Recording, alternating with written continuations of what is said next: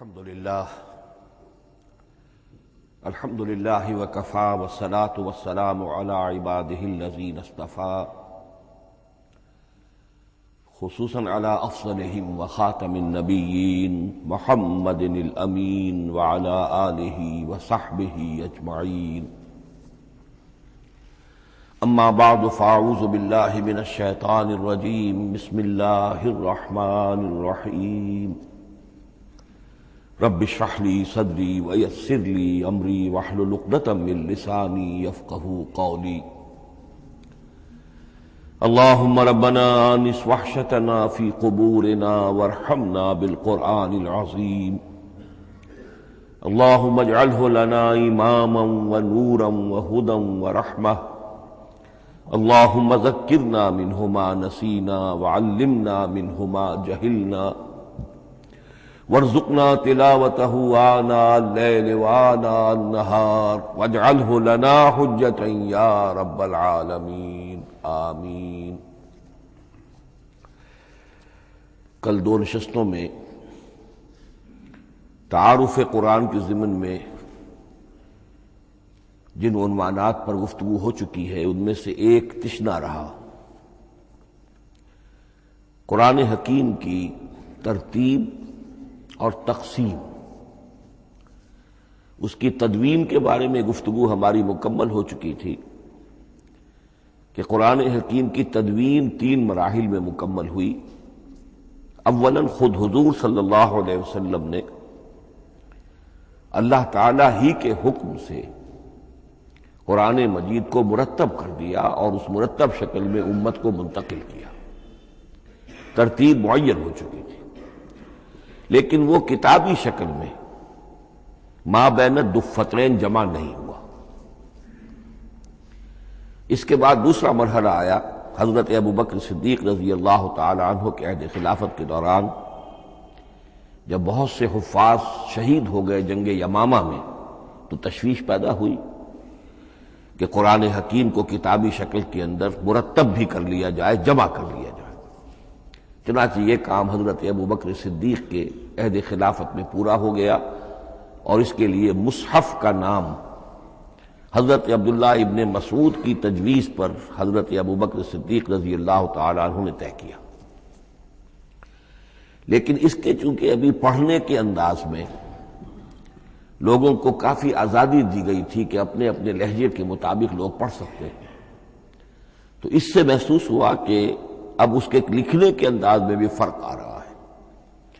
تو اس لیے ضرورت محسوس ہوئی کہ اس کا ایک اسکرپٹ، ایک رسم الخط جو متفق علیہ ہو، اجماعی ہو، وہ طے کر دیا جائے. چنانچہ یہ تیسرا مرحلہ حضرت عثمان رضی اللہ تعالی عنہ کے عہد خلافت میں طے پایا. اسی لیے اس کو اب مصحف عثمانی کہتے ہیں، اس لیے کہ وہ رسم الخط اب ہمیشہ ہمیشہ کے لیے طے ہے. اس کے آفیشل نسخے تیار کیے گئے اور بڑے بڑے شہروں میں جو بھی اس وقت اس مسلمان ممالک تھے ایک ایک نسخہ بھیج دیا گیا اور باقی نسخے جو ہیں وہ طرف کر دیے گئے. تو اس طریقے سے گویا کہ ربع صدی کے اندر یہ تینوں مرحلے جو ہیں مکمل ہو گئے ہیں. اور جیسا کہ میں نے عرض کیا، سب تسلیم کرتے ہیں کہ جو قرآن آج ہمارے پاس ہے وہ وہی ہے بعینہ جو محمد الرسول اللہ نے اپنی امت کو دیا تھا. البتہ جہاں تک قرآن کی ترتیب اور تقسیم کا تعلق ہے، بعض باتیں تو میں بیان کر چکا ہوں، ان کا صرف اجمالی اعادہ کروں گا. نمبر 1 یہ کہ قرآن کی جو بیسک یونٹ ہے، بنیادی اکائی، وہ آیت ہے. آیت کو ہم جملہ نہیں کہہ سکتے، آیت کو ورس نہیں کہہ سکتے، مصرع نہیں کہہ سکتے. اس کی اسی اصطلاح کو ہمیں ریٹین کرنا ہوگا. آیتیں چھوٹی بھی ہیں، بڑی بھی ہیں. آیتیں صرف حروف مقطعات پر بھی مشتمل ہیں اور مرکبات ناقصہ پر بھی مشتمل ہیں. پورے جملے کی ایک آیت بھی ہے اور کئی جملوں پر ایک آیت بھی مشتمل ہے. یہ تمام امور توقیفی ہیں، یعنی حضور صلی اللہ علیہ وسلم کے بتانے پر موقوف علیہ. ان میں کسی کے اجتہاد کو، کسی منطق، کسی گرامر، کسی نحو، کسی بیان کے کسی اصول کو کوئی دخل نہیں. جہاں تک آیتوں کی تعداد کا تعلق ہے وہ مختلف فی ہے، وہ اتفاقی نہیں ہے، اس لیے کہ 6,500 کے لگ بھگ آیات ہیں۔ فرق کیوں ہے؟ ایک بڑا فرق تو اس وجہ سے واقع ہو جاتا ہے کہ تمام سورتوں کے آغاز میں جو آیت بسم اللہ لکھی ہوئی ہے اس کے ضمن میں ایک اختلاف ہے کہ آیا ہر مرتبہ اس آیت کو کاؤنٹ کیا جائے یا نہ کیا جائے۔ صرف ایک سورت ہے سورہ توبہ جس کے شروع میں آیت بسم اللہ نہیں ہے، باقی 113 سورتوں کے آغاز میں بسم اللہ لکھی ہوئی ہے۔ تو بعض حضرات اس کو سمجھتے ہیں کہ یہ کاؤنٹ نہیں کی جائے گی، بلکہ یہ تو در حقیقت صرف سورتوں کے درمیان فصل اور فرق قائم کرنے کے لیے یہ آیت بسم اللہ لکھ دی گئی ہے۔ تو آپ سمجھیے کہ جو اس پہ اختلاف ہوگا تو 113 کی عدد کا فرق تو اسی سے واقع ہو جائے گا۔ بعض اور مقامات پر بھی آیات کی تعداد میں قدر اختلاف ہے وہ روایات ہی کی بنیاد پر، کسی شخص کو خود یہ حق حاصل نہیں ہے کہ وہ اس میں کوئی فرق کر سکے، تبدیلی کر سکے۔ بہرحال 6,500 کے لگ بھگ آیات ہے قرآن حکیم کی۔ آیتیں مل جل کر سورتوں کی شکل میں ہیں، ان کی تعداد متفق علیہ ہے 114۔ سورت سور سے بنا ہے، سور کے معنی فصیل ہے، گویا کہ ہر سورت جو ہے وہ اللہ تعالیٰ کے علم، معرفت، حکمت کا ایک شہر ہے۔ سورتوں میں آیات کے باہمی ربط کے حوالے سے اس کے معنی کے اندر اور اس کی حکمتوں کے اندر اضافہ ہوتا ہے، ربط آیات۔ اور جس طریقے سے کہ مختلف موتیوں کو پرو دیا جائے ایک دھاگے میں، اس سے ہار وجود میں آئے، جو ترتیب ہوگی موتیوں کی اس سے ان موتیوں کا حسن دوبالا ہو جائے گا۔ ایسے ہی معاملہ آیات قرآنیہ کا ہے کہ جو ایک سورت کے اندر ہیں، اور ہر سورت کا ایک مرکزی مضمون یا عمود ہوتا ہے، اور تمام آیتیں اس سے منطلق اور اس سے منسلک ہوتی ہیں۔ ان سورتوں کے بعد جیسا کہ میں نے عرض کیا، دور صحابہ میں ہمیں صرف ایک اصطلاح اور ملتی ہے، حزب اور یا منزل۔ وہ اس سہولت کے لیے کہ اگر ایک ہفتے میں پورا قرآن ختم کرنا ہو، اس کی تلاوت مکمل کرنی ہو، تو روزانہ ایک حزب پڑھ لیا جائے۔ یہ چونکہ دور صحابہ میں بھی مذکور ہے، لہذا اس میں ہم دیکھتے ہیں کہ حسن موجود ہے، یعنی یہ کہ نہ تو یہ قباحت ہے کہ سورتوں کو توڑا گیا ہو، بلکہ پوری پوری صورتیں شامل ہیں۔ کوئی مصنوعی مساوات قائم کرنے کی کوشش نہیں ہے، کوئی حزب نسبتاً تھوڑا سا زیادہ بڑا ہے، کچھ تھوڑا سا چھوٹا ہے، لیکن تقریباً مساوی ہے۔ خام خواہ کی کوئی مصنوعی مساوات قائم کرنے کی کوشش نہیں ہے۔ اور اس کے باوجود یہ حسن موجود ہے کہ سورہ فاتحہ کو اگر ہم علیحدہ رکھ دیں کہ وہ پورے قرآن حکیم کے لیے ایک دباچہ اور مقدمہ ہے، تو پہلے حزب یا پہلی منزل میں 3 سورتیں، دوسرے میں 5، تیسرے میں 7، چوتھے میں 9، پانچویں میں 11، چھٹی میں 13، یہ سیڑھی ہے بالکل۔ اور جو آخری حزب مفصل کہلاتا ہے، اس میں چونکہ آخری پارے میں آپ کو معلوم ہے چھوٹی چھوٹی صورتیں ہیں، تو تعداد 65 ہے، وہ بھی جو آخری تعداد ہے 13 اس کا ملٹیپل ہے۔ بہرحال یہ حزب یہ بھی دور صحابہ میں اس کا تذکرہ ہمیں ملتا ہے۔ البتہ جو مزید تقسیم کی چیزیں ہمارے ہاں معروف ہیں وہ بات کی چیزیں۔ رکوعوں میں طویل صورتوں کو تقسیم کیا گیا تاکہ ایک رکعت میں اگر طویل صورت میں سے کوئی آیات پڑھنی ہے تو اس طرح پڑھی جائیں کہ مضمون ٹوٹے نہ۔ یہ حجاج ابن یوسف کے زمانے میں یہ کام ہوا ہے، اور بڑے غور و فکر سے ہوا، اور واقعتاً محسوس ہوتا ہے کہ معنوی جو ربط اور تعلق ہے اس کو ملحوظ رکھا گیا ہے۔ لیکن جو دوسری تقسیم ہمارے ہاں معروف ہو گئی ہے وہ پاروں کی ہے۔ اول تو یہ معلوم نہیں کہ یہ تقسیم کب ہوئی، مجہول الزمان ہے یہ۔ نمبر 2 یہ کہ اس میں یہ زیادتی بھی نظر آتی ہے کہ سورتوں کی فصیلیں توڑ دی گئی ہیں، گویا کہ ایک مصنوعی مساوات قائم کرنے کے لیے کہ 30 دن میں اگر قرآن مجید ختم کرنا ہو، ہر مہینے میں ایک ختم قرآن کوئی شخص کرنا چاہے تو روزانہ ایک پارہ پڑھ کر، لیکن یہ کہ اس میں وہ حسن موجود نہیں ہے، بلکہ یہ قباحت موجود ہے کہ سورتوں کاٹ دی گئی۔ اس کے بعد اب جو بات مجھے عرض کرنی تھی وہ یہ ہے کہ زیادہ عرصہ نہیں گزرا کہ قرآن حکیم کی ترتیب اور تقسیم کے ضمن میں ایک اور حقیقت سامنے آئی ہے، اور یہ حقیقت یہ ہے کہ قرآن حکیم کی سورتوں کے گروپس ہیں۔ اب یہ چونکہ ایک بالکل ماضی قریب کا معاملہ ہے، اس سے پہلے یہ ذکر موجود نہیں تھا۔ اول تو یہ بات بھی مان لیجئے کہ قرآن مجید میں ترتیب اور نظم، اس کے بارے میں ہمارے اسلاف نے نہ کوئی زیادہ محنت کی اور نہ انہوں نے سمجھا کہ اس میں کوئی خاص ربط ہونا ضروری ہے۔ لیکن یہ کہ عہد حاضر میں مولانا حمید الدین فراہی رحمۃ اللہ علیہ ہندوستان میں ایک ایسے عالم پیدا ہوئے کہ جنہوں نے نظم قرآن کو اپنا خاص موضوع بنایا کہ یہ جو آیات باہم جوڑی گئی ہیں تو آخر کوئی حکمت ہے، سورتوں میں جو ربط قائم کیا گیا ہے یقیناً حکمت پر مبنی ہے، ورنہ سب سے سیدھی ترتیب تو جیسا کہ میں نے کل عرض کیا تھا یہ ہوتی ترتیب نزولی سے قرآن کو مرتب کر دیا جاتا۔ لیکن یہ کہ صورتیں آپ کو معلوم ہے طویل صورتوں میں ایسا بھی ہے کہ وہ ایک وقت میں نازل نہیں ہوئی بلکہ متعدد اوقات میں، اور سورہ بقرہ جو ہے وہ تقریباً 2 سال میں اس کی جو تنزیل ہے وہ مکمل ہوئی۔ تو پھر کچھ آیتوں کو جوڑنا، کس کو کہاں رکھنا ہے کس کو کہاں رکھنا ہے، تو یہ حضور صلی اللہ علیہ وسلم نے خود کیا ہے، اللہ تعالیٰ کے حکم سے کیا ہے، تو یہ چیزیں حکمت سے خالی تو نہیں ہو سکتی۔ تو انہوں نے اس کو خاص اپنا موضوع بنایا اور ان کے سامنے بعض حقائق آئے ہیں، وہ حقائق ہیں جو اب میں آپ کے سامنے بیان کر رہا ہوں۔ اس میں ایک اشکال ہو سکتا ہے، اسے میں چاہتا ہوں کہ پہلے رفع کر دوں کہ یہ چیز اگر ہمارے اسلاف کے نظر میں نہیں آئی اور ان کی توجہ ادھر نہیں ہوئی تو یہ تو گویا کہ ایک بڑی مشکوک سی بات ہوگی۔ قرآن مجید کے علم کے ضمن میں گویا کہ متقدمین کے فہم پر ہمیں کچھ تان کرنا ہوگا، لیکن یہ بات درست نہیں ہے۔ قرآن مجید ایک ایسی کتاب ہے جس کے بارے میں خود حضور نے جو فرمایا لا تنقضی عجائبہ، اس قرآن کے عجائب کبھی ختم نہیں ہوں، ولا یخلق عن کثرت الرد، بار بار کے پڑھنے سے اس پر کوئی پرانا پن، کوئی بوسیدگی طاری نہیں ہوگی، ولا یشبع منہ العلماء، اور کبھی اہل علم اس سے سیری محسوس نہیں کریں گے۔ تو قرآن مجید لا تنقضی عجائبہ، جیسے جیسے دنیا آگے بڑھ رہی ہے، تمدن آگے بڑھ رہا ہے، علم انسانی جو ہے مادی فزیکل سائنسز کا علم آگے بڑھ رہا ہے، قرآنی حقائق اور مبرہن ہو رہے ہیں اور واضح ہو رہے ہیں اور نکھر رہے ہیں۔ بہت سی باتیں ہمارے اسلاف کے علم میں نہیں آ سکتی تھی، اس لیے کہ ابھی انسانی معلومات کا دائرہ بہت ہی محدود تھا۔ ذوالقرنین کون تھے؟ اب چونکہ تاریخ مفسرین کے علم میں نہیں تھی تو سکندر اعظم کو سمجھا گیا کہ ذوالقرنین ہے، حالانکہ سکندر کی شخصیت اور ذوالقرنین کی وہ شخصیت جو قرآن میں بیان ہوئی ہے دونوں میں کوئی مناسبت ہے ہی نہیں۔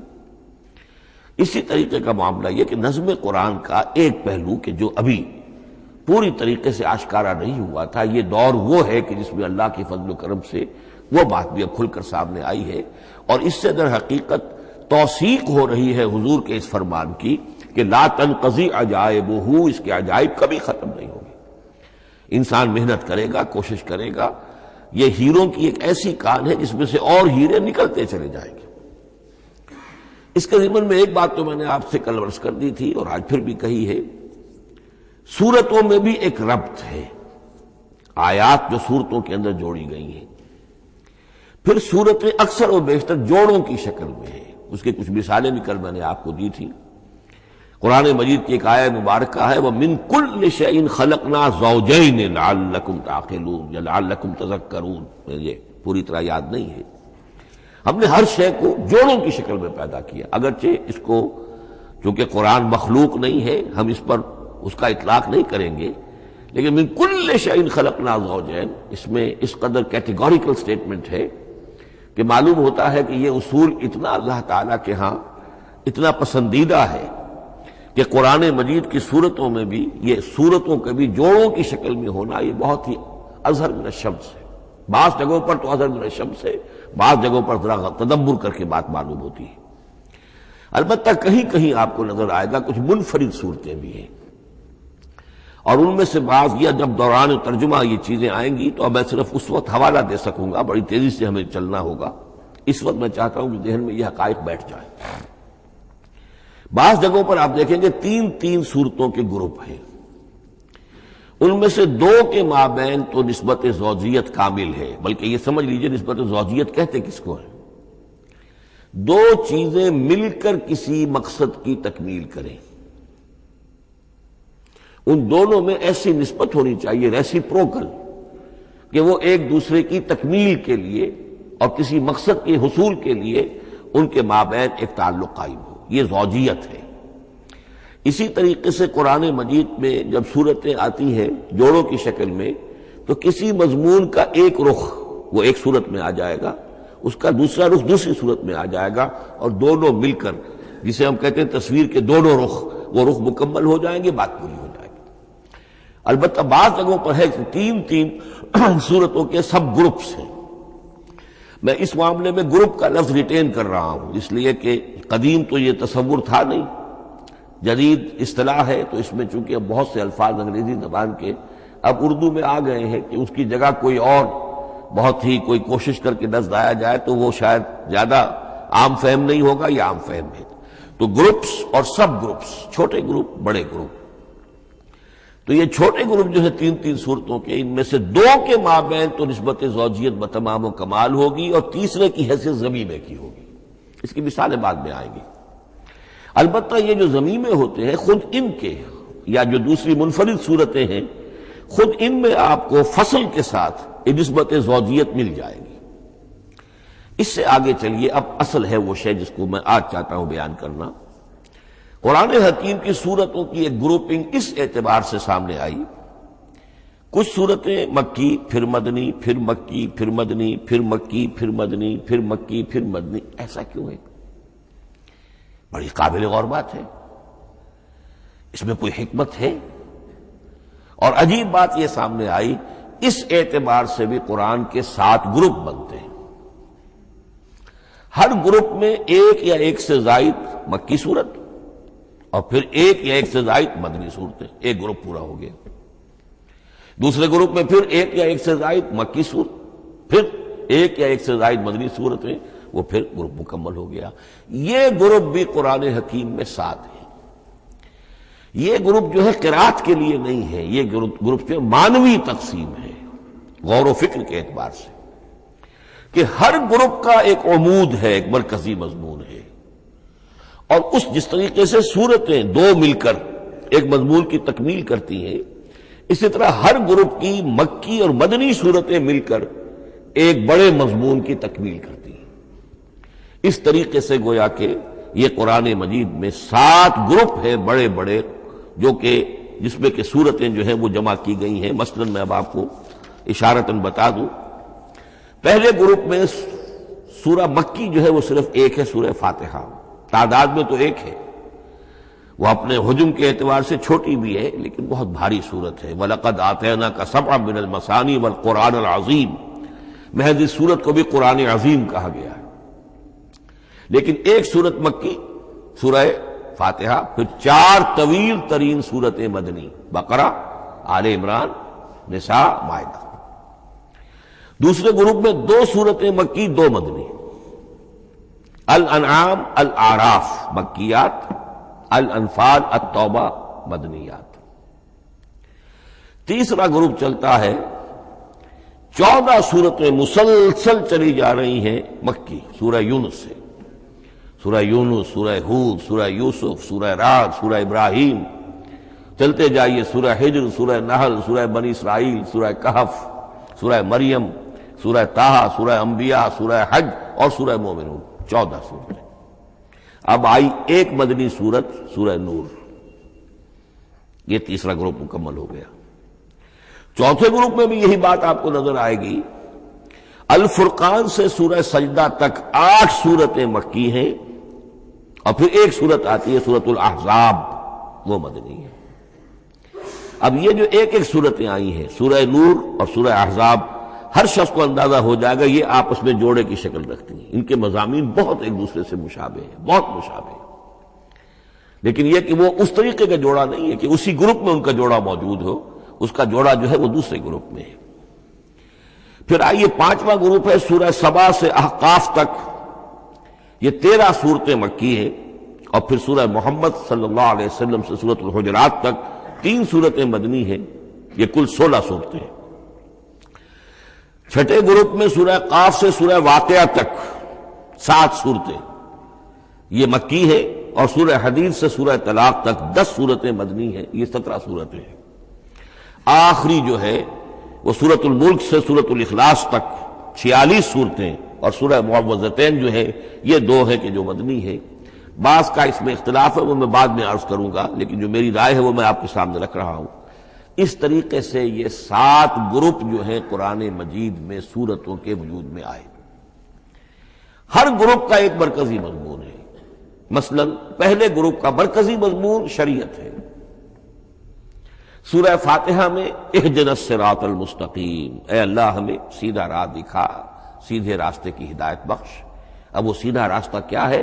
شریعت خدا بندی، شریعت الہی، اور شریعت مکمل ہو جاتی ہے ان 4 صورتوں میں۔ شریعت محمدی کا جو بلو پرنٹ ہے، ابتدائی خاکہ جو ہے، وہ آپ کو سورہ بقرہ میں ملے گا، اور اس کی جو تکمیلی صورتیں ہیں، تکمیلی احکام ہے، وہ سورہ مائدہ۔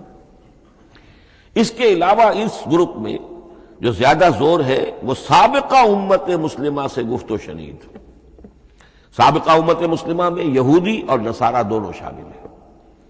اب ان پر جرح بھی ہے، ان پر تنقید بھی ہے، ان کو ملامت بھی ہے، ان کی قرارداد جرم ان کے خلاف جو ہے وہ بھی دی گئی ہے، اور پھر یہ کہ ان کو معزول کر کے اور نئی امت کو اس مقام پر نصب کرنے کا اعلان ہے، اور ان کو بڑی زوردار دعوت ہے کہ اب محمد پر ایمان لاؤ اور قرآن پر ایمان لاؤ صلی اللہ علیہ وسلم۔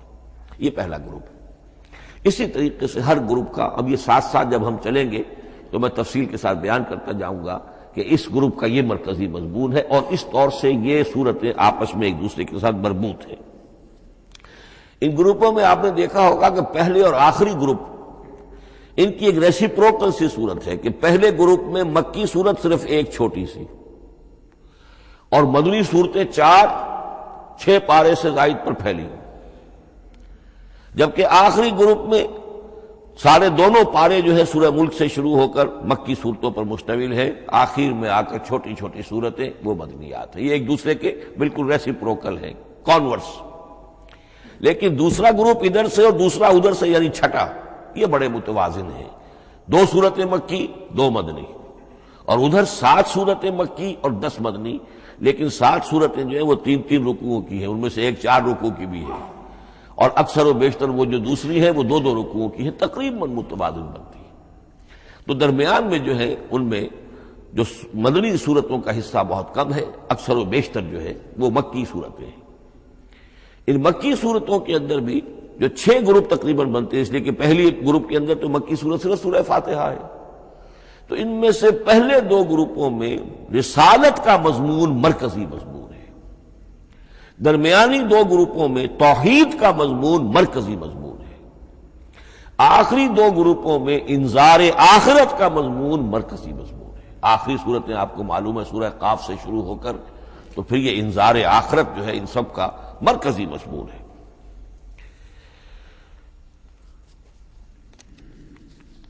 مدنی قرآن جو ہے یہ بھی آپ نوٹ کر لیجئے کہ کل قرآن کا 1/3 ہے تقریباً، اور اس 1/3 کا 2/3 پورا کا پورا پہلے گروپ میں آ گیا ہے۔ سورہ بقرہ، سورہ آل عمران، سورہ نساء، سورہ مائدہ۔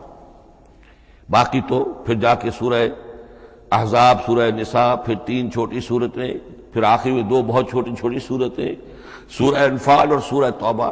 لیکن یہ کہ یہ 2/3 جو ہے مدنی قرآن کا حجم بالکل پہلے ہی اس گروپ کے اندر آ گیا ہے۔ اس کی بھی حکمت ہے، کیوں مدنی صورتوں کو پہلے رکھا گیا؟ میرے علم میں نہیں ہے کہ اس موضوع پر کسی شخص نے گفتگو کی ہو سوائے محمد مارمڈیوک پکتھال کے۔ میرے علم کی حد تک ہو سکتا ہے کہ کسی اور مفسر نے، کسی محقق نے کوئی بات کہی ہو، اس سے بھی زیادہ وزنی کہی ہو، لیکن میرے علم کی حد تک مارمڈیوک پکتھال نے اپنے ترجمہ کیا ہے انگریزی میں، اس کے دیباچے میں اس موضوع پر گفتگو کی ہے، بہت ہی عمدہ بات کہی ہے۔ انہوں نے کہا کہ جب یہ قرآن نازل ہو رہا تھا تو اصل اہمیت ایمان کی تھی، پہلے لوگ ایمان لائیں، اور پھر جو ایمان لائے ان کو پھر احکام دیے گئے کہ یہ کرو اور یہ نہ کرو، یہ حلال ہے، یہ حرام ہے، یہ فرض ہے، وغیرہ وغیرہ۔ لیکن جب ایک امت وجود میں آ گئی، امت کے وجود میں آنے کے بعد اب نسلاً مسلمان پیدا ہو رہے ہیں، ان کے ہاں اب ضرورت پہلے اسلام کی ہے، چاہے بچہ چھوٹا ہی ہے، پہلے اسے احکام سکھائے جائیں گے. بچہ چھوٹا ہی ہے، نماز پڑھنی سکھائی جائے گی. بچہ چھوٹا ہی ہے، روزہ رکھنا سکھایا جائے گا. تو امت کے اس طرح تشکیل پا جانے کے بعد اب اصل اہمیت جو ہے وہ احکام کی ہو گئی ہے. احکام اب مقدم ہے اور ایمان کا معاملہ جو ہے وہ اس کے بعد مؤخر ہے. کوئی شخص بالغ ہوگا، ذہین ہوگا، فطین ہوگا، غور و فکر کی صلاحیت سے اگر اللہ تعالیٰ نے اسے بہرور کیا ہوگا پھر وہ حقیقت ایمان تک رسائی حاصل کرے گا. ورنہ یہ ہے کہ عام ایک مسلمان جو ہے اسے جہاں تک احکام کا تعلق ہے ان پر تو عمل کرنا ہی ہے. تو یہ بڑی میں سمجھتا ہوں کہ ذہانت پر مبنی بات ہے کہ جو محمد مارملیوک پکتھال نے کہی ہے اور مجھے اس سے اتفاق ہے. اب آئیے اگلا معاملہ، اگلی بحث، اگلا موضوع. قرآن کا موضوع کیا ہے؟ کیا قرآن فلسفے کی کتاب ہے، سائنس کی کتاب ہے؟ کیا یہ جیولوجی کی کتاب ہے، فزکس کی کتاب ہے، کس چیز کی کتاب ہے؟ تو پہلی بات یہ سمجھیے، قرآن کا موضوع ہے انسان، لیکن انسان کی اناٹمی نہیں، انسان کی فزیولوجی نہیں، انسان کی اینتھروپولوجی نہیں، کچھ نہیں، انسان کی ہدایت. یہ ہدایت کا لفظ بنیادی ہے قرآن مجید کے لیے. چنانچہ دیکھیے ذرا نوٹ کر دیجئے سورہ بقرہ کے شروع ہی میں ہدی للمتقین، پھر اس کے وسط میں ہدی للناس. سورہ یونس میں فرمایا ہدی ورحمۃ للمؤمنین. سورہ لقمان میں فرمایا ہدی ورحمۃ للمحسنین. سورۃ البقرہ اور النحل میں فرمایا، نمل میں ہدی وبشریٰ للمؤمنین. آل عمران میں وموعظۃ للمتقین، ہدی وموعظۃ للمتقین. پھر 3 مرتبہ الہدی هو الذی ارسل رسولہ بالہدی ودین الحق لیظہرہ علی الدین کلہ.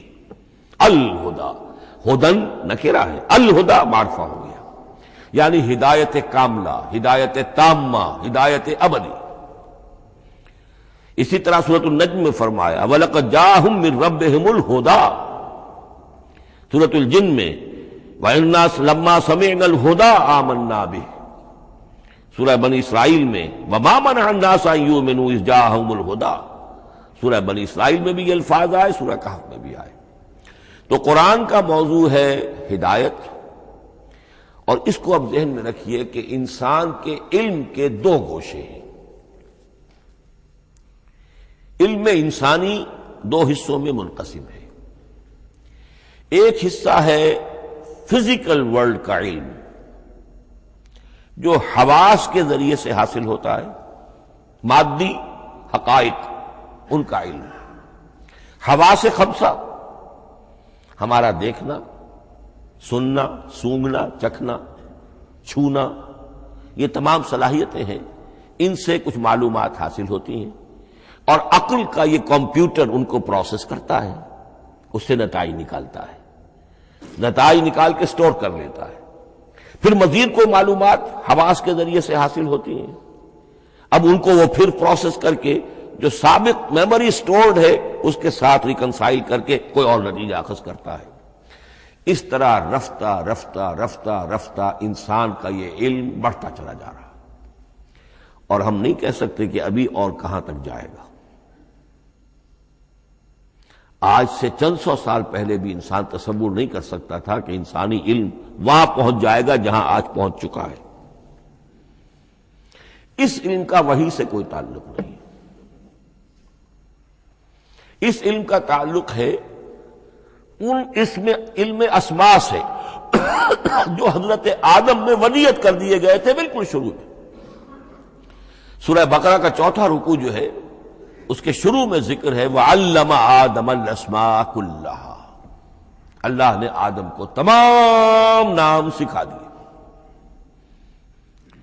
اور اس کے آخر میں ذکر ہے جب آدم کو اور حوا کو حکم دیا گیا کہ اب زمین میں جا کر اور وہاں کا چارج سنبھالو، تو فرمایا وَإِمَّا يَأْتِيَنَّكُم مِّنِّي هُدًى فَمَن تَبِعَ هُدَايَ فَلَا خَوْفٌ عَلَيْهِمْ وَلَا هُمْ يَحْزَنُونَ. وہ علم ہدایت ہے. یہ 2 چیزیں بالکل علیحدہ ہیں.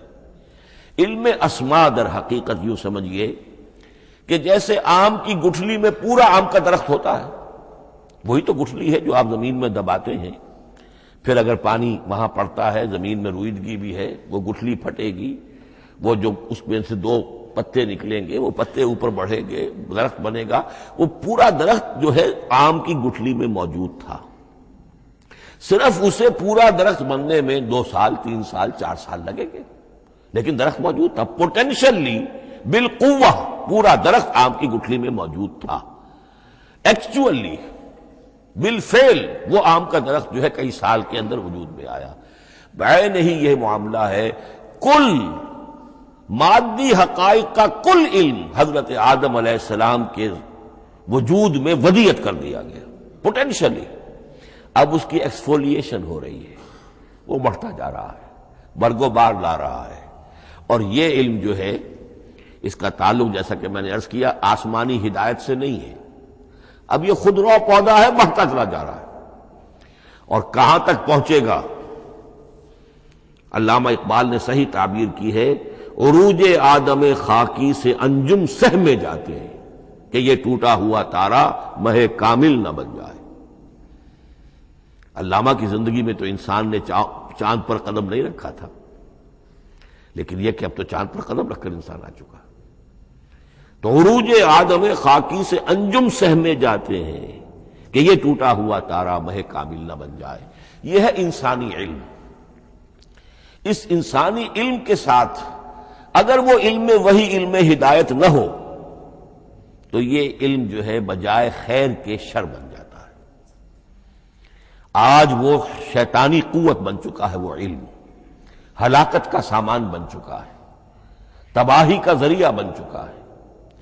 لیکن اس کے ساتھ دوسری بات ضروری تھی جو کہ وحی کے ذریعے سے آنے والا علم تھا، فَإِمَّا يَأْتِيَنَّكُم مِّنِّي هُدًى فَمَن تَبِعَ هُدَايَ فَلَا خَوْفٌ عَلَيْهِمْ وَلَا هُمْ يَحْزَنُونَ۔ یہ علم الہدایت جو ہے یہ در حقیقت قرآن حکیم میں آ کر مکمل ہو گیا ہے۔ اس کے لیے بھی میں چاہتا ہوں کہ بات آپ سمجھ لیں، اس میں جو ارتقاء ہوا ہے، پہلی کتابیں نازل ہوئی ان میں بھی ہدن تو تھی۔ کل بھی میں نے آپ کو آیت سنائی تھی سورہ مائدہ کی، انا انزلنا التوراۃ فیہا ھدی و نور، ہم نے تورات نازل کی تھی، اس میں ہدایت بھی تھی، نور بھی تھا۔ اسی رکوع میں 7واں رکوع ہے وہ سورہ مائدہ کا، انجیل کے بارے میں، فیہ ھدی و نور، اس میں بھی ہدن بھی تھی، ہدایت بھی تھی، نور بھی تھا۔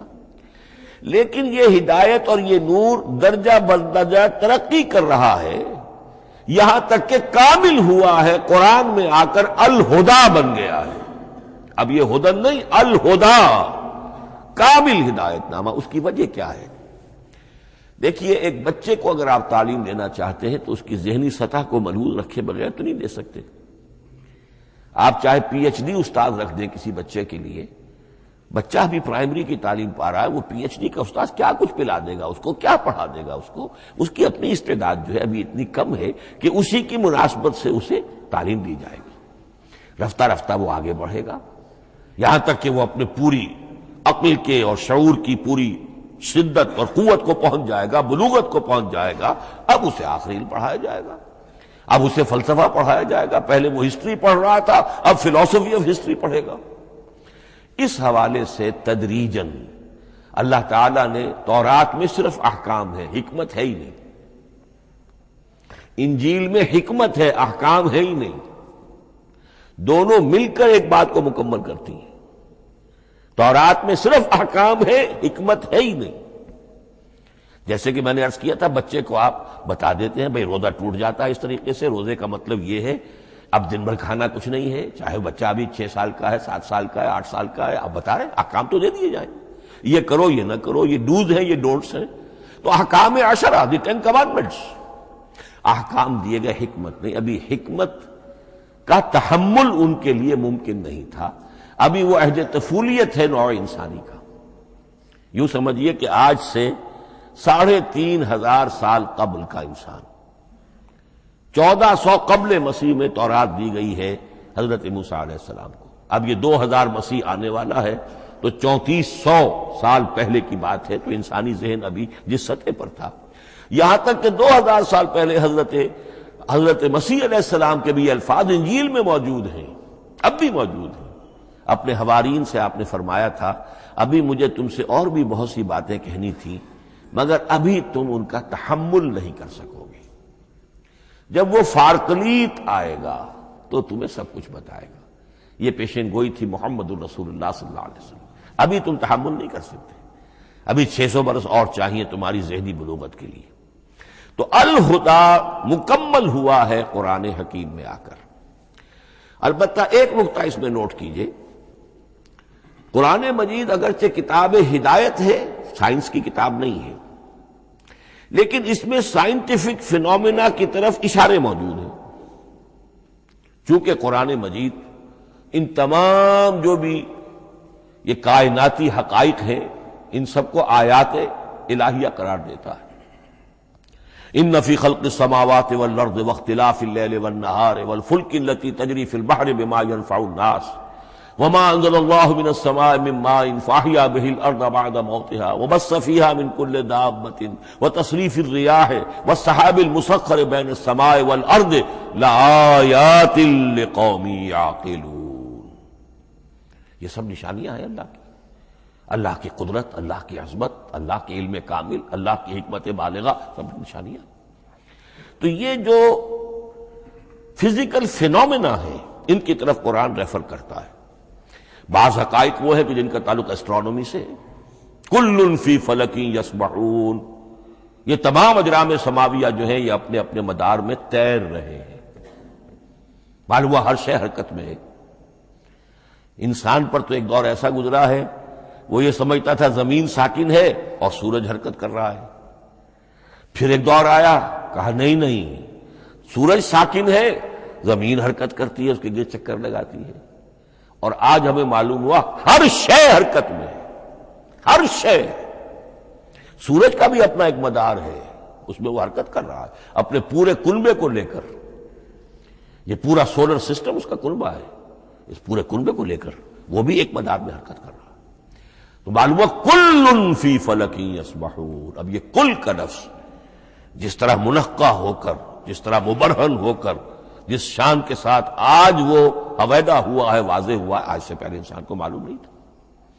تو یہ جو فزیکل فینومینا ہے جن کی طرف قرآن مجید ریفر کرتا ہے، یہ اگرچہ قرآن کا اصل موضوع نہیں ہے، لیکن ایک بات جان لیجئے کہ قرآن مجید میں ان فزیکل فینومینا کے بارے میں جو بات کہی گئی ہے وہ غلط نہیں ہو سکتی۔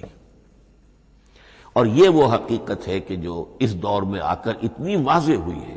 آپ نے نام سنا ہوگا ڈاکٹر مورس بکائی کا، یہ فرانسیسی سرجن تھے، انہوں نے مطالعہ کیا، کمپیریٹو اسٹڈی کی قرآن بائبل دونوں کی، بائبل سے مراد اولڈ ٹیسٹمنٹ نیو ٹیسٹمنٹ دونوں، اور وہ اس نتیجے پر پہنچا کہ پورے قرآن میں کوئی ایک لفظ ایسا نہیں ہے جسے ہماری ساری سائنسی انکشافات میں سے کسی نے غلط ثابت کیا، جبکہ تورات میں بے شمار چیزیں ایسی ہیں کہ سائنس انہیں غلط ثابت کر چکی ہے۔ The science, the Quran and the Bible. اب یہ بات بڑی اہم ہے، اس کو بڑی خوبصورت انداز میں ڈاکٹر رفیع الدین مرحوم نے کہا ہے کہ یہ کائنات اللہ کا فعل ہے، عمل ہے، اس کی تخلیق ہے، اس کی تدبیر ہے، اور قرآن اللہ کا قول ہے۔ قول و عمل میں تضاد ممکن نہیں، عام انسان کے قول و عمل میں تضاد ممکن نہیں، اللہ کے قول و فعل میں اور قول و عمل میں تضاد ہو سکتا ہے۔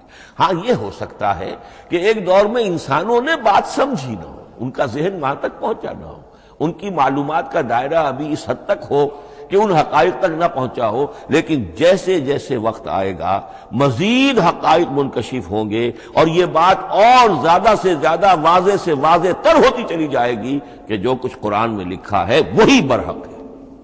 ہاں آج سے پہلے انسانی ذہن اس حد تک رسائی حاصل کرنے کا اہل نہیں تھا، اور یہ ہے در حقیقت آیت قرآن حکیم کی۔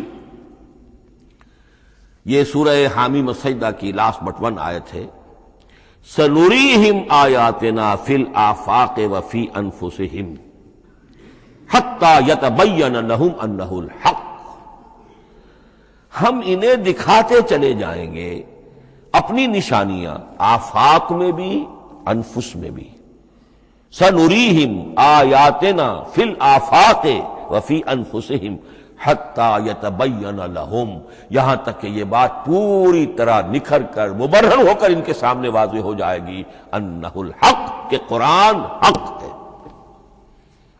اور اسی کی حقیقت جو ہے جیسا کہ میں نے عرض کیا، ایک تو مورس بکائی کو ذہن میں رکھیے، اور ایک اور شخص کینیڈا میں ایک بہت بڑا ڈاکٹر ہے کہ جو ایمبریولوجسٹ ہے، اور اس کی جو ٹیکسٹ بکس ہے جو ایمبریولوجی پر، علم جنین یعنی رحم مادر میں جو بچے کی پرورش ہوتی ہے کیسی ہوتی ہے، کن کن سٹیجز سے گزر کر ہوتی ہے، یہ علم جنین یا ایمبریولوجی، تو سٹینڈرڈ ٹیکسٹ بک ہے دنیا میں اس کی، ڈاکٹر کیتھل مور کی.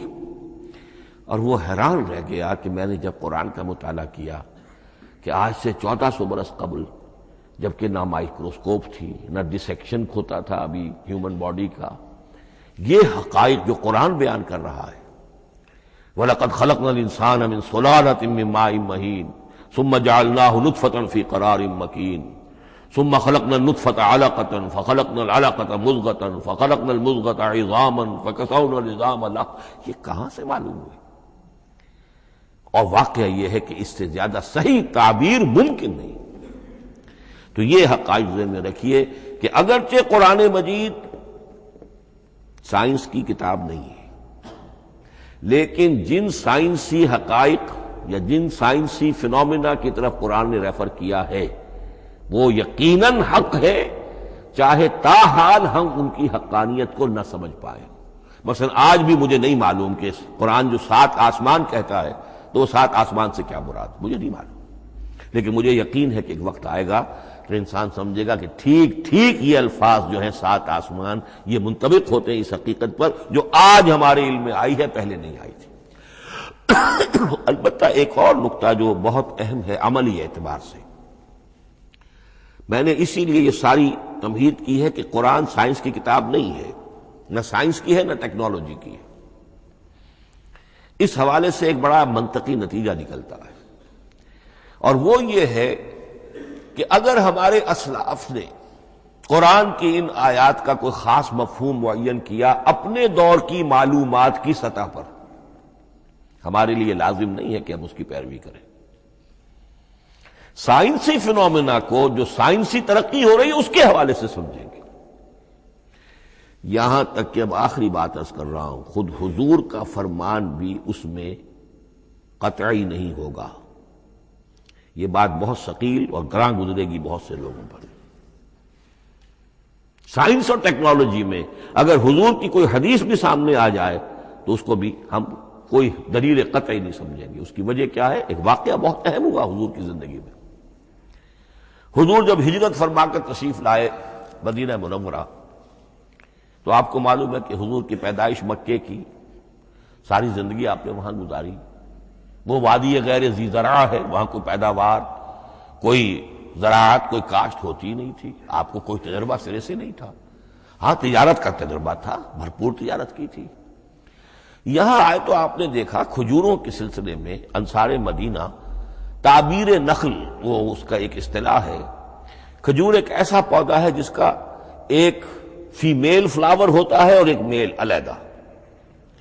اب میل فلاور اور فیمیل فلاور ان دونوں کو قریب لے آئیں تو اس سے اس بات کا زیادہ امکان ہو جاتا ہے فرٹیلائزیشن ہو اور پھل بنے اور زیادہ آپ کو پھل حاصل ہو، فصل زیادہ ہو. اگر وہ فاصلے پر رہیں گے تو ہو سکتا ہے کہ اس کا امکان کم ہو، تو وہ ان کو قریب جوڑ دیتے تھے. حضور نے دیکھا تو آپ نے فرمایا کہ آپ لوگ ایسا نہ کریں تو کیا ہے، یعنی نیچر جو ہے، nature can take care of it self. آخر فطرت ہے، فطرت نے یہ ساری چیزیں بنائی ہیں، آپ ایسا نہ کریں تو کیا ہے. صرف یہ کہا آپ نے روکا نہیں. لیکن ظاہر بات ہے صحابہ کرام کے لیے رضوان اللہ تعالی علیہ مجمعین حضور کا اتنا کہنا بھی گویا کہ حکم کے درجے میں تھا. انہوں نے اس سال وہ کام نہیں کیا، فصل کم ہو گئی. اب وہ ڈرتے ڈرتے جھجکتے جھجکتے حضور کی خدمت میں آئے. حضور آپ نے فرمایا تھا ہم نے وہ نہیں کیا، تعبیر نخل اس سال نہیں کی ہم نے، فصل کم ہوئی ہے. آپ نے فرمایا انتم اعلم بامور دنیاکم. اس کا ایک ایک لفظ یاد کر لیجئے. انتم اعلم بامور دنیاکم، اپنے یہ دنیاوی اور مادی معاملات میں تم زیادہ تجربے کار ہو، تم زیادہ حقائق سے واقف ہو۔ میں عالموں کا لفظی ترجمہ یہاں کرنا جو ہے اس کی جرت مجھے نہیں ہو رہی، تم زیادہ واقف ہو ان چیزوں سے، میں یہ چیزیں سکھانے نہیں آیا۔ آپ ٹیکنالوجی پڑھانے نہیں آئے تھے، آپ طب سکھانے نہیں آئے تھے، آپ کوئی اور سائنس پڑھانے نہیں آئے تھے، ورنہ تو ہم شکوہ کرتے کہ آپ نے ہمیں ایٹم بم بنانا کیوں نہیں سکھا دیا پہلے ہی۔ نہیں، یہ موضوع ہی نہیں ہے۔ قرآن کا موضوع معین ہونا چاہیے۔ قرآن کا موضوع انسان کی ہدایت، اس ہدایت کے لیے جس قدر اس کو ضرورت ہے علم کی کہ وہ جو یہ فزیکل فینومینا ہیں ان کے حوالے سے بھی ہدایت حاصل کرے، اس حد تک ان کا تذکرہ ہے۔ لیکن یہ یقین اور ایمان ہونا چاہیے کہ قرآن مجید کے الفاظ میں جو شے مضمر ہے وہ کبھی غلط ثابت نہیں ہوگی۔ یہ ہو سکتا ہے کہ قرآن کی کسی آیت کا کوئی مفہوم ہمارے اسلاف نے 1000 برس پہلے یا 600 برس پہلے سمجھا ہو اور وہ مفہوم غلط ثابت ہو جائے، وہ ایک علیحدہ بات ہوگی، لیکن قرآن مجید کا ٹیکسٹ جو ہے اس کے اندر کہیں ایسی بات نہیں آ سکتی۔ اب آئیے فہم قرآن کے اصول۔ ظاہر بات ہے کہ اس موضوع پر اصول تفسیر پر کوئی مجھے تفصیلی اس وقت گفتگو کرنے کا موقع تو نہیں ہے، البتہ یہ کہ 7 گنتی کر کے چیزیں نوٹ کر لیجئے کہ جس سے قرآن مجید کے فہم میں سہولت حاصل ہوگی۔ پہلی بات وہ جو کسی درجے میں پہلے بھی سامنے آ چکی ہے، قرآن کا اسلوب استدلال منطقی نہیں ہے، فطری ہے۔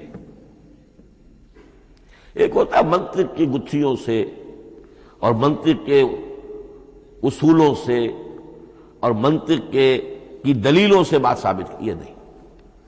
قرآن فطرت انسانی کے مطابق بات کرتا ہے۔ ایک ان پڑھ شخص بھی قرآن کو اپنے سے دور یا اپنے آپ کو قرآن سے دور نہیں سمجھے گا اگر ذرا سا وہ قرآن کو سمجھ سکتا بس۔ لیکن یہ ہے کہ قرآن مجید کا جو اسلوب ہے وہ ایک تو یہ کہ منطقی نہیں ہے، فطری ہے، یا اس میں اگر ایک لفظ کا اضافہ کیا جائے خطابی ہے۔ خطابی کیا ہوتا ہے؟ جو میں کل عرض کر چکا ہوں، خطبے کی ایک شان ہوتی ہے، وہ دلیل کے ساتھ ساتھ جذبات سے بھی اپیل کرتا ہے، اور اس میں آپ کو ایک اپنے باطن میں جھانکنے کی دعوت دی جاتی ہے۔ تم ذرا اپنے باطن میں جھانک کر دیکھو۔ بعض آیات ایسی ہیں، بڑی پیاری آیات ہیں، افی اللہ شک فاطر السماوات والارض، بس کیا اللہ کی ہستی میں بھی کوئی شک ہو سکتا ہے جو آسمان اور زمین کا پیدا کرنے والا ہے؟ غور کرو، سوچو۔ یہ صرف آپ کے دروں بینی، آپ کو اپنے اندر جھانکنے کی دعوت ہے۔ اسی طرح اَإِنَّكُمْ لَتَشْهَدُونَ أَنَّ مَعَ اللَّهِ آلِهَةً أُخْرَىٰ، کیا واقعتاً تم اس کی گواہی دیتے ہو کہ اللہ کے ساتھ کوئی اور بھی الہ ہے؟ یہ گویا کہ کسی کے آنکھوں میں آنکھیں ڈال کر پیئرسنگ آئیز کے ساتھ کسی سے سوال کرنا، کیا واقعی؟ اور اس میں در حقیقت کون سی ہے پس منظر میں؟ یہ بنائے ہوئے ڈھکوسلے ہیں، ان پر خود تمہارا دل مطمئن نہیں ہے۔ تم کہتے تو ہو یہ ہمارا عقیدہ ہے اور یہ ہماری بات ہے اور یہ ہمارا موروثی عقیدہ ہے، ھذا ما وجدنا علیہ آباءنا، ہم نے آباء، لیکن واقعتاً غور تو کرو، کیا واقعی تم گواہی دیتے ہو کہ اللہ کے سوا کوئی اور الہ بھی موجود ہے؟ اس کو آپ کہیں گے خطابی انداز۔ نمبر 2، قرآن حکیم میں 2 طرح کی آیات ہیں، محکمات اور متشابہات۔ یہ سورہ آل عمران کے شروع میں یہ بہت اہم مضمون جو ہے وہ آ گیا ہے۔ هو الذی انزل علیک الکتاب منہ آیات محکمات ہن ام الکتاب واخر متشابہات، آل عمران آیت نمبر 7۔ اب یہ جو متشابہات ہیں یہ کون سی ہیں اور محکمات ہیں وہ کون سی ہیں، اس کو ذہن میں رکھیے۔ نمبر 1، محکم قطعی، تمام جتنی بھی آیات احکام ہیں وہ محکم ہیں، یہ کرو یہ نہ کرو، یہ جائز یہ حرام، آیات احکام محکم، اسی ایک مادے سے لفظ بنا ہے، یہ محکم بھی اور احکام حکم۔ البتہ عالم غیب کی ساری خبریں متشابہات میں سے، عالم غیب ہو، عالم ارواح ہو، عالم برزخ ہو، عالم آخرت ہو، ان کے تمام حقائق یہ متشابہات میں سے، ان کو ہم حقیقتاً سمجھ نہیں سکتے، ہمارا تجربہ ہی نہیں، ہمارا وہ مشاہدہ ہی نہیں۔ جیسا کہ ایک حدیث میں آیا ہے، جنت کی جو بھی نعمتیں ہیں، ایک تو وہ نعمتیں جن کا ذکر قرآن میں ہے اور ان الفاظ میں ہے جن سے ہم واقف ہیں۔ اب ان میں تو یہ ہے کہ حور و قصور اور پھل اور یہ اور دودھ اور شہد اور وغیرہ وغیرہ وغیرہ، وہ چیزیں ہم جانتے ہیں، تو وہ بھی حق ہے، ایسے ہی ہوں گی، اتوب ہی متشابہہ، لیکن یہ صرف نزل ہے، یہ تو ابتدائی مہمان نوازی ہے۔ نزل من غفور رحیم، جو اصل ضیافت ہونی ہے اہل جنت کی، اس کے بارے میں فرمایا وہ نعمتیں دینے ملیں گی، ما لا عین رات ولا اذن سمعت وما خطر علی قلب بشر، جو نہ کسی آنکھ نے کبھی دیکھی، نہ کسی کان نے کبھی سنی، نہ کسی انسان کے دل پر ان کا خیال تک وارد ہو، انہیں ہم کیا سمجھیں گے؟ تو عالم برزخ، عالم آخرہ، عالم غیب، عالم ارواح، ان کی تمام چیزوں کو ہم آیات متشابہات میں سے سمجھیں گے۔ البتہ یہ جو سائنٹیفک فینومینا والی باتیں ہیں مادی علوم کی، ان میں یہ ہے کہ متشابہ اور محکم ہونے کا معاملہ بدلتا چلا جا رہا ہے۔ جب تک وہ ہمارا سائنسی علم وہاں تک نہیں پہنچا تھا، وہ آیت ابھی متشابہ تھی، سمجھ میں نہیں آ رہی تھی، لیکن اب جب کہ وہ بات وہاں پہنچ گئی اور کھل گئی بات، اب معلوم ہوا کل فی فلک یسبحون، اب یہ آیت محکمات میں آ گئی، اب یہ وہ بات نہیں رہی کہ جس کا صحیح مفہوم سمجھنا ہمارے لیے مشکل ہو۔ تیسری بات، تفسیر اور تعویل میں کیا فرق ہے؟ تفسیر کا عام طور پر لفظ استعمال ہوتا ہے لفظی طور پر، الفاظ کی بحث، نحوی بحث، قواعد گرامر جو ہے ان کے حوالے سے جو بحث کی جائے گی وہ تفسیر ہے، اور اس کی اصل حقیقت اور مدلول کو سمجھنے کی جو کوشش کی جائے گی وہ تعویل ہے۔ تو یہ دو الفاظ جو ہیں یہ مختلف ہوں گے، تفسیر اور تعویل۔ نمبر 4، تعویل عام اور تعویل خاص، یہ بہت اہم موضوع ہے۔ دیکھیے قرآن مجید نازل ہوا ایک خاص ٹائم اینڈ سپیس پس منظر میں، آج سے 1400 برس قبل 610 عیسوی سے لے کر 632 عیسوی تک نازل ہوا، حجاز میں نازل ہوا۔ اس کی ایک اولین مخاطب قوم تھی، وہ ان پڑھ قوم تھی، امی قوم تھی، پڑھے لکھے شاذ الشاذ کالمعدوم کے درجے میں تھے، وہاں فلسفے کا سوال نہیں، کوئی منطق کی بات نہیں، کچھ بھی نہیں، اور اولین مخاطب وہی ہیں، اور جو بھی حالات ہیں اس وقت کے ان کے حوالے سے بات کی جا رہی ہے۔ اب قرآن مجید کی ہر آیت پر اولاً غور ہوگا اس اعتبار سے، جب یہ نازل ہوئی ہے تو اس کا اس وقت کیا مفہوم سمجھا گیا، اس خاص کانٹیکسٹ میں، ٹائم اینڈ سپیس کانٹیکسٹ میں کیا مفہوم سمجھا گیا، یہ ہے تعویل خاص۔ لیکن اب دوسری طرف دیکھیے، یہی کتاب ہدایت ہے ابد الآباد تک کے لیے، اسی کتاب کو 20ویں صدی عیسوی کے انسان کے لیے بھی ہدایت نامہ بننا ہے۔ اگر دنیا طویل ہے اور 500 برس تک ہے تو 25ویں صدی عیسوی کے انسان کے لیے بھی ہدایت نامہ یہی کتاب بننی ہے۔ یہ عرب کے امیین کے لیے ہدایت نامہ تھی تو ایران کے فلسفیوں کے لیے بھی تو ہدایت نامہ تھی۔ لہذا ان الفاظ کے اندر یہ قرآن کے اعجاز کا وہ پہلو ہے جو بہت نمایاں ہے کہ ان الفاظ کے اندر کہ جو ایک خاص کانٹیکسٹ میں نازل ہوئے اور اس وقت ان کا ایک معین مفہوم سمجھا گیا، انہی میں وہ عموم بھی موجود ہے کہ اسی سے ہمیشہ کے لیے ہدایت اخذ کی جا سکتی ہے۔ اس کو ہم کہیں گے تعویل عام، اس کانٹیکسٹ سے ذرا نکال کر اب اس آیت کے الفاظ، اس کا در و بست، اس کا ما سبق، اس کے بعد ما بعد، سیاق و سباق، اس کے حوالے سے بیٹھ کر بات کی جائے۔ تعویل خاص میں شان نزول پیش نظر رہے گا، تعویل عام میں اس آیت کے الفاظ، ان کا در و بست اور آیت کا سیاق و سباق یہ زیادہ زیر بحث رہے گا. تو معلوم ہوا کہ یہ دونوں چیزیں اپنی اپنی جگہ اہم ہیں. نہ تو انسان صرف تعویل خاص تک اپنے آپ کو محدود کر لے، اگر وہ کرے گا تو گویا کہ وہ صرف اس دور کا قرآن پڑھ رہا ہے، آج کا قرآن وہ نہیں پڑھ رہا. قرآن کے اندر تو واقعتاً یہ شان ہے کہ میں جس کے لیے الفاظ یہ استعمال کیا کرتا ہوں کہ ہر دور کے افق پر ایک خورشید تازہ کے مانند طلوع ہوگی یہ کتاب. معلوم ہوگا آج کا قرآن ہے، یہ ہمیں آج ملا ہے قرآن، اور گویا کہ آج جو ہمیں مسائل اندر پیش ہے ان کا حل ہے جو یہ قرآن پیش کر رہا ہے. یہ اس کا اعجاز ہے، یہ اس کا کمال ہے. اس اعتبار سے نوٹ کیجئے تعویل خاص اور تعویل عام، یہ الفاظ چونکہ بار بار دورہ ترجمہ آئیں گے تو اس لیے میں نے ان اصطلاحات سے چاہا کہ آپ واقف ہو جائیں. ایک اور اس میں بات سمجھنے کی ہے تذکر اور تدبر. قرآن سے بنیادی ہدایت حاصل کر لینا، اس کے لیے قرآن انتہائی آسان ہے. وَلَقَدْ يَسَّرْنَا الْقُرْآنَ لِلذِّكْرِ فَهَلْ مِن مُدَّكِرٍ.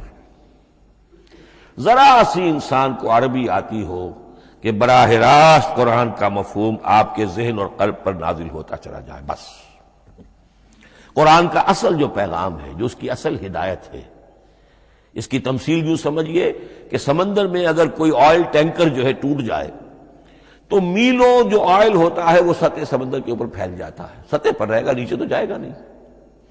تو یوں سمجھیے کہ قرآن مجید کا جو لب لباب ہے، لب لباب وہ اس کی سطح پر موجود ہے. لیکن اس کے یہ مطلب نہیں ہے کہ صرف سطح ہی سطح ہے، اس کی گہرائی فیتم لس، اس کی گہرائی وہ ہے کہ جس کی کوئی حد نہیں.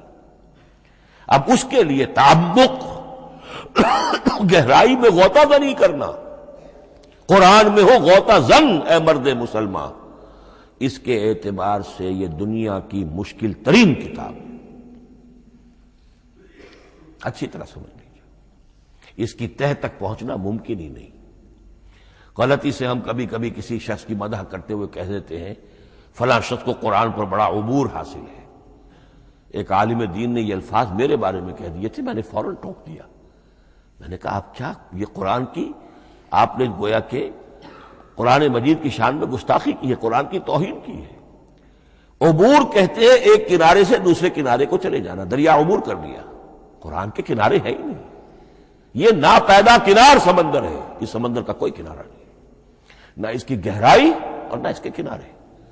لہذا پوری زندگی کوئی امام راضی ہو، کوئی زمخشری ہو، کوئی ہو، پوری زندگی کھپا کر بھی وہ یہ نہیں کہہ سکے گا کہ میں نے قرآن مجید کو بتمام و کمال سمجھ لیا ہے. معاذ اللہ معاذ اللہ معاذ اللہ، ناممکن. وراء الورا ثم وراء الورا، یہ ہے تذکر اور تدبر. اس کے لیے تو پوری زندگی انسان کھپائے، پورا وقت اس کے لیے لگائے، پوری صلاحیت کھپا دے، تب بھی وہ بہت سی جگہوں پر پھر بھی کہے گا واللہ عالم. امام رازی کو بھی نہ معلوم کتنے مقامات پر جا کر یہ کہنا پڑا ہے کہ اللہ بہتر جانتا ہے.